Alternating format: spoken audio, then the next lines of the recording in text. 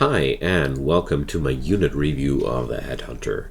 In this video I'm going to feature the unit, its strengths and weaknesses, its abilities, its general use and purpose in your formations, and last but not least some stat review to give you some details about the mechanics of the unit. Generally, the Headhunter is a damage dealer, a pretty solid damage dealer. His utility is present, but pretty unreliable, and you have to upgrade in a certain way to give this unit some sort of utility at all.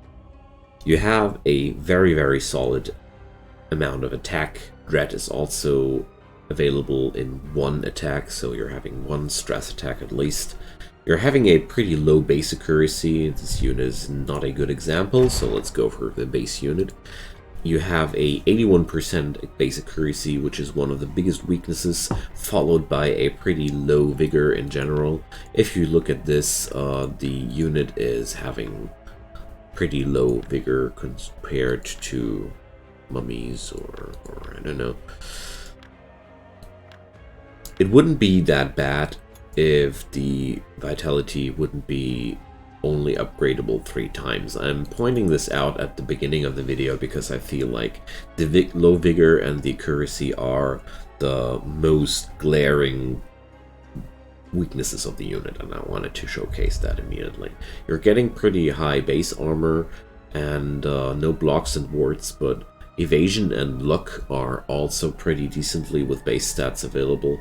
So the Headhunter is equipped with a kit to kill people. This feature emphasizes his role even more, reducing the chance of escape with enemies in combat with the Headhunter. So he's not really good if you want to aim on getting enemies onto flight. Let's get into the abilities to show you guys what defines his skill set.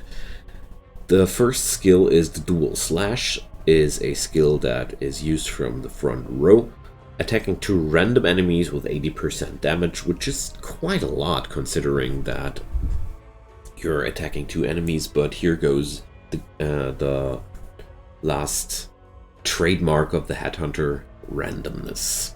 This unit is randomness incarnate, unless you upgrade in certain ways. So this skill is attacking random enemies. Like I said, you can go for a targeted upgrade, which gives you the ability to hit an enemy and another enemy behind that, or an upgrade which keeps the randomness but adds up a chance of instantly killing people, which is another trademark of the unit, Headhunter unit. This guy loves to one-shot people. Catch him is the next skill, pulling an enemy onto the front slot of the formation, being random, of course, like I said, the trademark, and it's ignoring block. 100% damage is a lot as well, and you can upgrade that to give a stun chance of 50%, which is insane in my opinion, but you keep the randomness, or you remove the randomness and keep the skill basically as it is. The next one is the Stress Attack, random of course, 150% base damage, which is a really high amount of damage for a single target skill. It's wonderful on its own. You can upgrade that to a double target skill, which will cut the damage in 2 halves.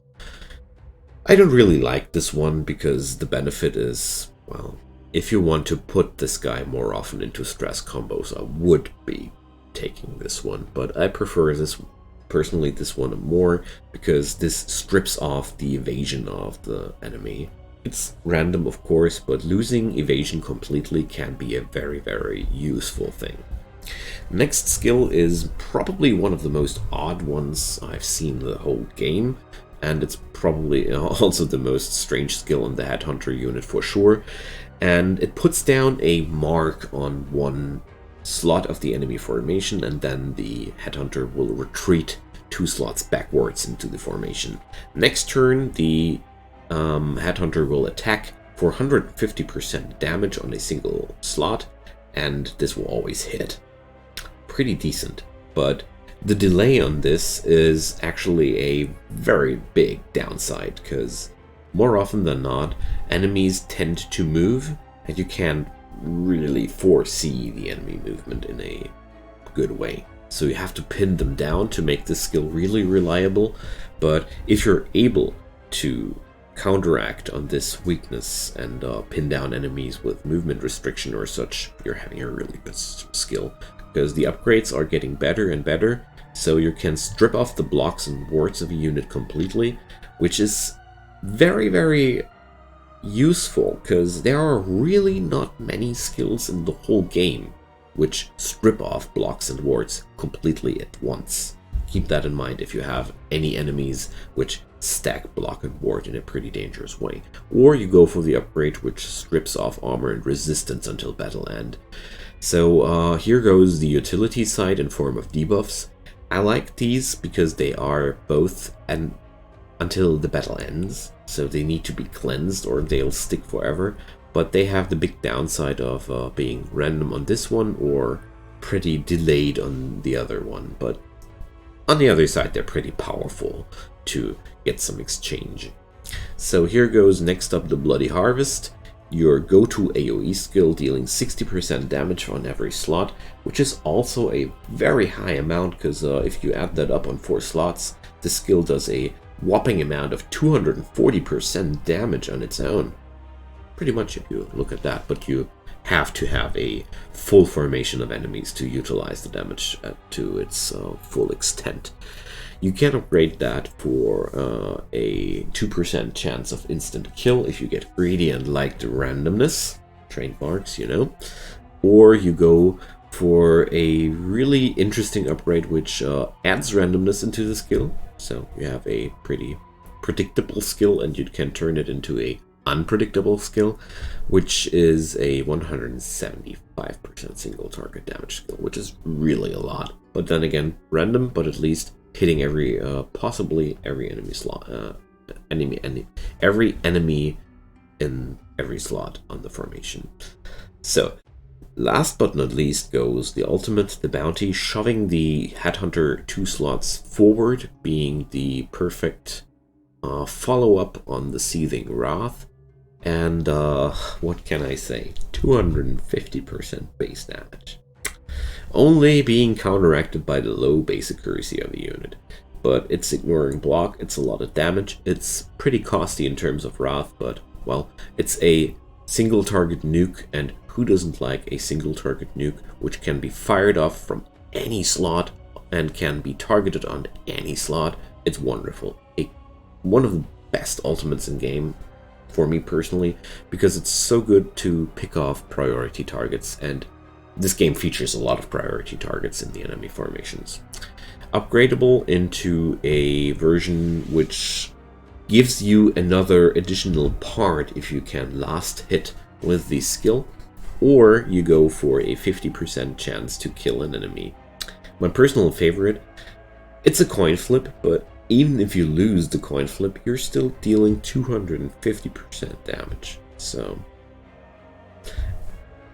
the directions here are pretty different, but the outcome is always pretty pleasant. So these are the abilities which emphasize the killing interest of the Headhunter. Low support, low utility, like I said, but a lot of damage. I think not many units in the game can compete with the raw damage output and sheer killing potential due to the instant kill percentages, which are useless against bosses, but sure useful for the floors. And we're going to the stats now. We have a lot of potential in the stats on the Headhunter. He has a very high ceiling in terms of upgradable skills. Attack goes on 8 ranks, Dread on 5 ranks. So Dread is probably the least useful attack form, but it's present, it's useful with its debuff options, but it's pretty costly to upgrade that. Vigor, like I said, a pretty hard downside. You can only upgrade this poor guy to 115 base Vigor, which is honestly not too much, but you can counteract that with 8 slots of armor and 6 slots of resistance, which give you a pretty high tankiness. I tried this out in the last few episodes of my playthrough, and well, I was surprised how tanky the armor rating makes him. Here goes the accuracy. You can upgrade that 10 times at least, but it's costly. You're only getting a pretty low return of 2 points, which is really bad compared to other units. But you have to go to chow through it, or the randomness turns into a more frustrating form of misses. So last but not least goes luck and evasion, also upgradable for 8 points. And this guy has so many options to upgrade into very high amounts, and evasion and luck. Well, I like the evasion to counteract the low base health, because if you add evasion to high absorptions, you get a pretty high survivability again. And yeah, this sums up the Headhunter. A pretty good unit to kill people. He's very versatile, gets a slot in pretty much any formation. Here you see a stress formation of mine, killing with mainly stress damage, but I still add the Headhunter to take out single priority targets, which either counter the stress combo or are completely immune, like golems or such. So I really like this guy for a lot of different jobs. The upgradable items, or unique item for this unit, is the Contract of Blood, giving you 5% chance of instant killing on every skill. See, it's a nice trademark after all. And I wanted to showcase the Mechanical Eye last but not least, because I think this is one of the most ideal upgrades for the unit, and as you might have noticed already, it disables the chance to miss, which counteracts the weakness of the Headhunter completely. I like this one a lot for this unit, because if this guy always hits, he's getting even more brutal. So try it out if you didn't already. And I hope this video gave you a few ideas about the unit that you didn't obviously already seen, or well, if you have something to add, feel free to drop that into the comments below. I would be deeply appreciating any form of support on this video by liking it, sharing it with friends, or even supporting me by subscribing to my channel. Whatever you might do, I hope you're enjoying your time enough that you're coming for the other unit reviews of mine as well. And until then, I hope you have a nice time. Goodbye.